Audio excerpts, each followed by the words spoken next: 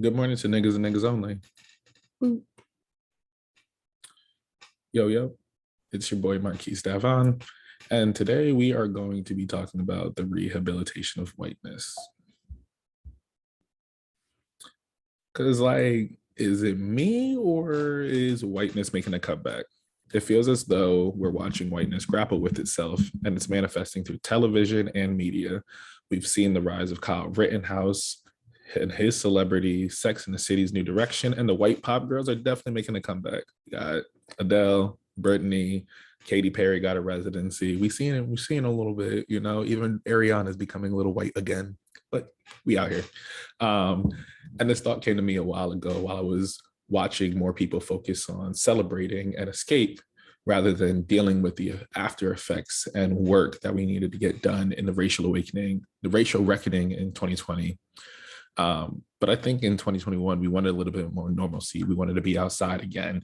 And I began to think, I was like, yo, is this the year that we're just going to forget what white people did? Like, just so we can enjoy that normalcy.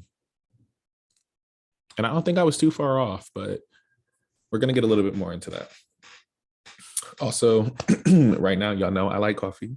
So my boy Cody brought me back some coffee from the Dominican Republic, and it's John Straight Fire. It's a good and strong coffee, and it's real easy to just start my day off. So get your coffee, Santo Domingo. You already know what it is. But I think as we get into this series a little bit more, I'm going to focus just on random rants. I'm keeping it a bean. Like, this is just stuff that be going on in my mind. So you'll get more curated content with this American Negro. And sometimes you're just going to get this at home, good work. This is what we're going to do. This is what I just feel like talking about. And it's on my mind first thing in the morning. So I'm thinking about how whiteness is trying to rehabilitate itself.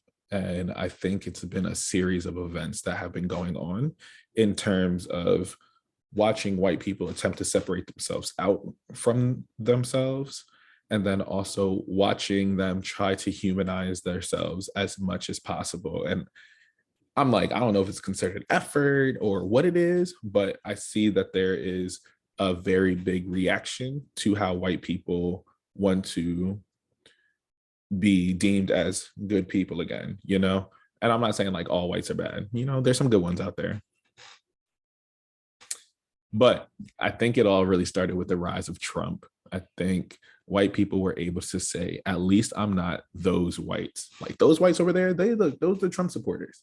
But at least I'm not that violent. And at least it's not as overt with me. And I think that's super interesting because we're seeing it happen a little bit more as we see white people trying to pick up how to be an anti-racist, white people trying to communicate with other white people. And it's super, super fascinating. But I think Trump was really that moment where white people were just like, yo, I'm not them. And I think this was exacerbated as well as we think about, the pandemic happened right after this. There was a racial reckoning that white people had to face when they witnessed specifically what happened with George Floyd. And I think people had that reaction because they know that seeing a man call out for his mom it's one of the realest things that could happen. And for those to be some of his last words, it was hard for mothers specifically to have to witness something like that, because that you if you could not relate to that, then that humanity is completely lost. You feel me? And I think that's exactly what white women specifically have been feeling. And even if I think about it a little bit more and just refine my point in terms of watching whiteness kind of recover on itself, I think white women are specifically trying to recover exactly who they are and how they show up in these different spaces. And so let's even take it a step further. Like, we witnessed all of this stuff and white women had a very visceral reaction to like, yo, this John ain't even right. But they still got to participate in their whiteness because they still voted for Trump in droves. Like, let's be very clear about that. And then we had the Caucasian coup, right? And I don't even mean to make light of it because it was a very traumatic moment to watch all of these white people storm the Capitol on January 6th. Like, That was the worst of whiteness on this. Not, let me not say that. It was not the worst of whiteness on display, but in recent memory, we're watching whiteness on full display and what that looks like when there's just bullshit out there, right? I think it's super important for us to be able to reckon with the fact that these white people were able to still get away with a lot. Like, yeah, I know that a lot of stuff is happening a year later, but if we're really, really thinking about it, that would have been a bloodbath for Black people, point blank, period. So there is still that sense of there is grace and innocence awarded to white people in a way that will not be awarded to anybody else. And that is still very troubling even to this day as they're working through like some of these statements and trying to really think about what does this day mean in history? What does this day mean for the larger context of democracy? And how is that violated on this day? And we're witnessing that even more because even it is already party lines, but now it's my party versus your party. And so the greater America, and specifically like Black and brown people and poor people, are going to witness the brunt of this because people actually can't make a decision when it comes to political stances. It's always going to be, it's either you're on the right or you're on the left. It's never going to be like, how do we make this space better for the larger context of America and the people we're supposed to be serving? So think that's also another part of it because we have to think about, how does whiteness and and as people try to rehabilitate this whiteness actually show up in policy, actually start to show up in what schooling looks like, actually starts to show up in what our everyday interactions look like. And that easily just slides right into this consistent attack on critical race theory. People are asking this question. We don't want people to grow up hating white people because that's not who we are.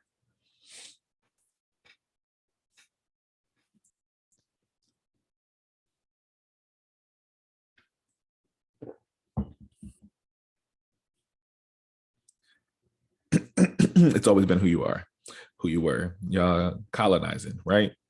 But I think it's important because they want to rebrand history, rebrand whiteness in a way that we can still look at white people as the heroes. We can still look at white people as they're still very well intentioned. We can still look at white people as this thing, but there is a very scary part, which I think came from January 6th.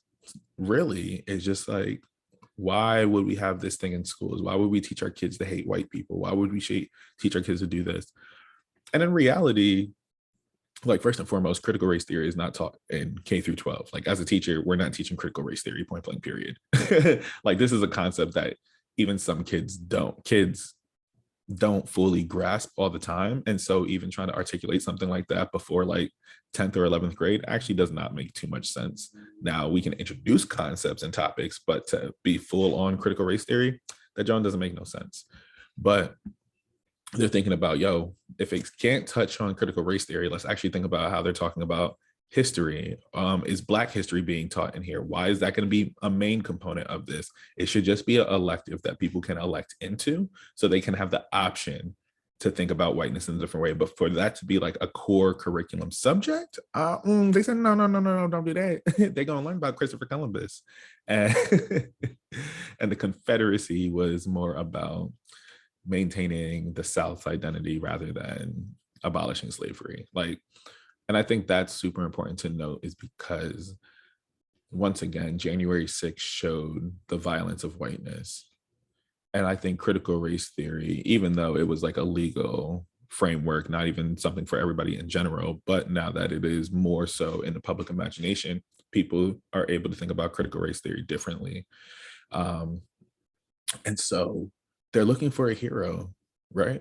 They look for somebody who can represent them and represent what America is supposed to be. And that is democracy, that is agency, that is freedom. And I think that's exactly where Kyle Rittenhouse's rise to celebrity comes into this. White people are trying to look for that person that can represent them in a way that is still palpable, in a way that can allow forgiveness, in a way that does not overall seemingly affect everybody.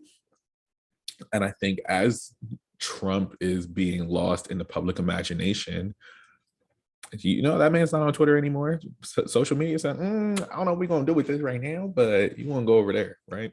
Um, but podcasts and media outlets and all of this is able to look at Kyle Rittenhouse, and he is their source of the innocence of white boys and white men.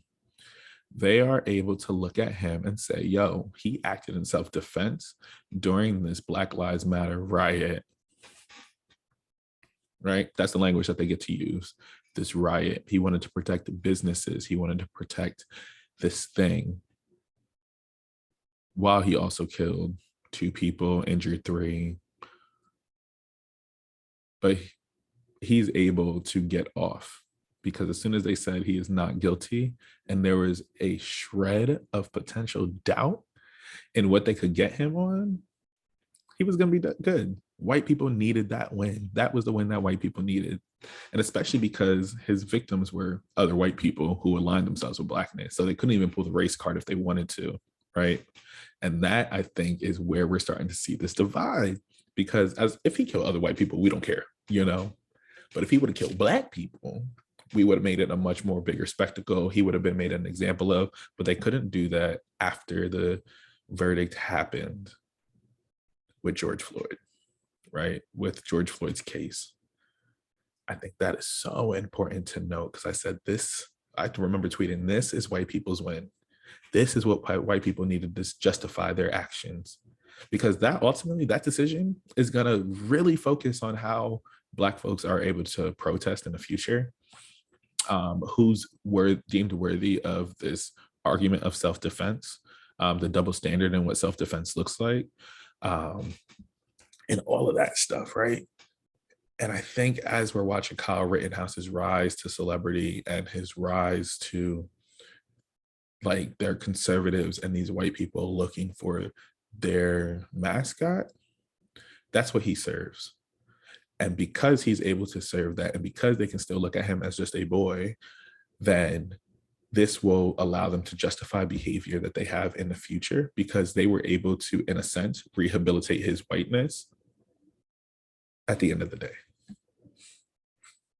And that's why I think when we see pop culture, specifically like the redeeming of white people and white women in more particular, I'm thinking right away, yo, Sex and the City's comeback and their rebrand, that was something vicious. Like really get into it.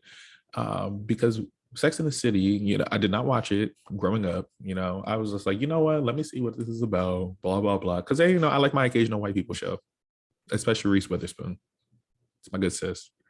But in just like that, we're watching them kind of rectify the blind spots or even negligence of including Black people in this very New York City based show.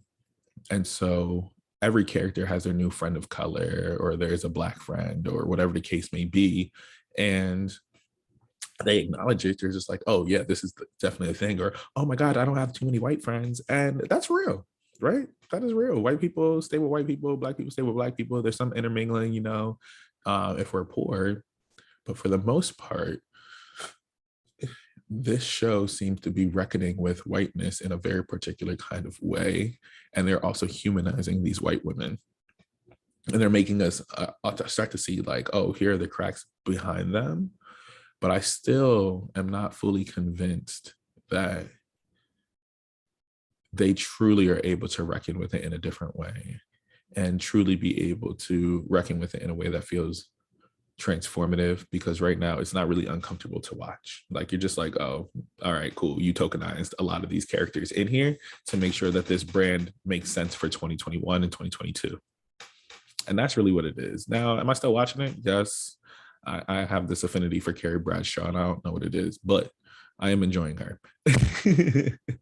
And then we also have a show, and I don't think it was super intentional because I think it's very real, but the sex lives of college girls. Like we also have one of the characters who is a poor girl, very ignorant, but they're able to normalize microaggressions and then turn them into teachable lessons. So this white girl is just like, oh my God, are you into rap? Do you listen to Jay-Z? Da, da, da, da.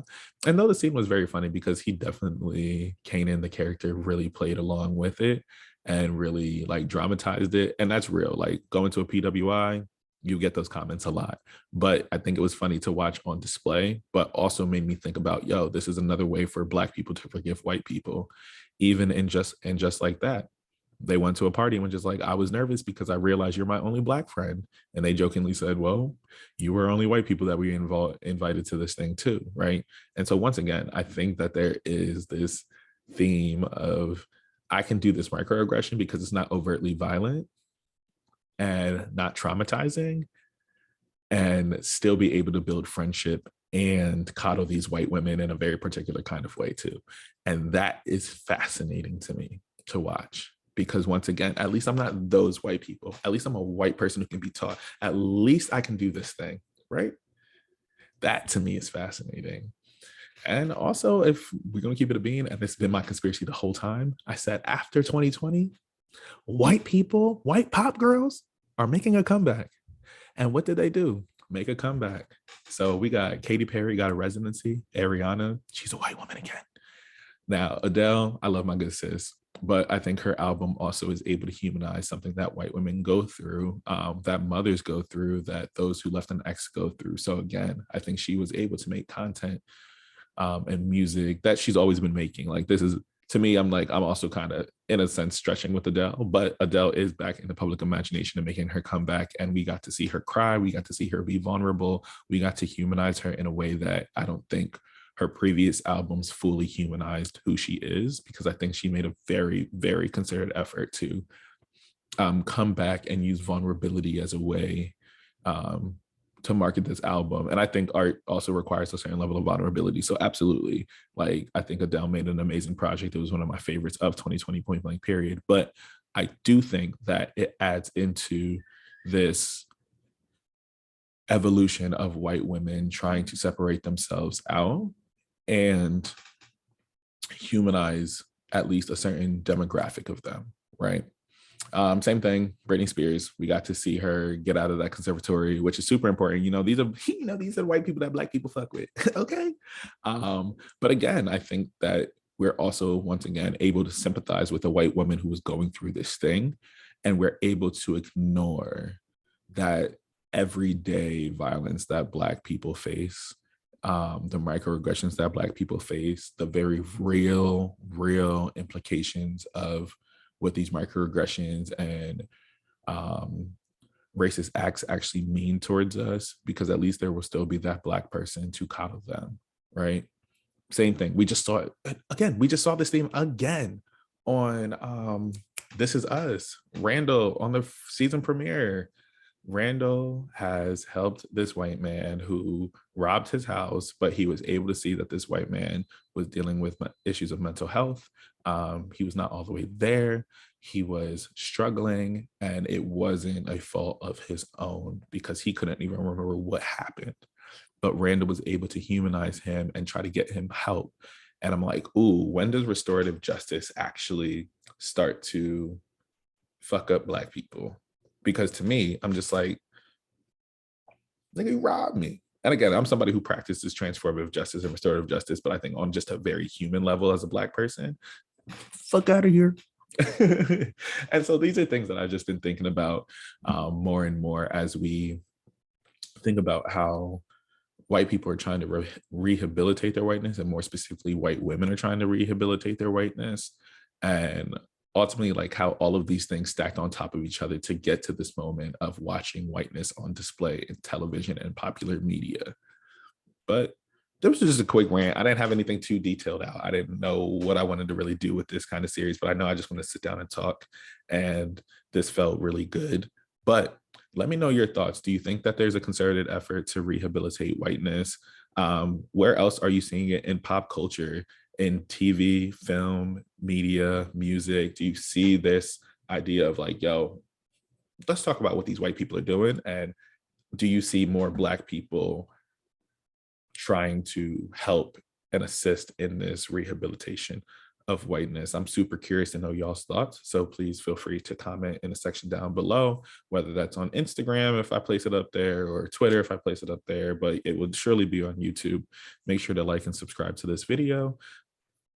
See you later. To niggas and niggas only.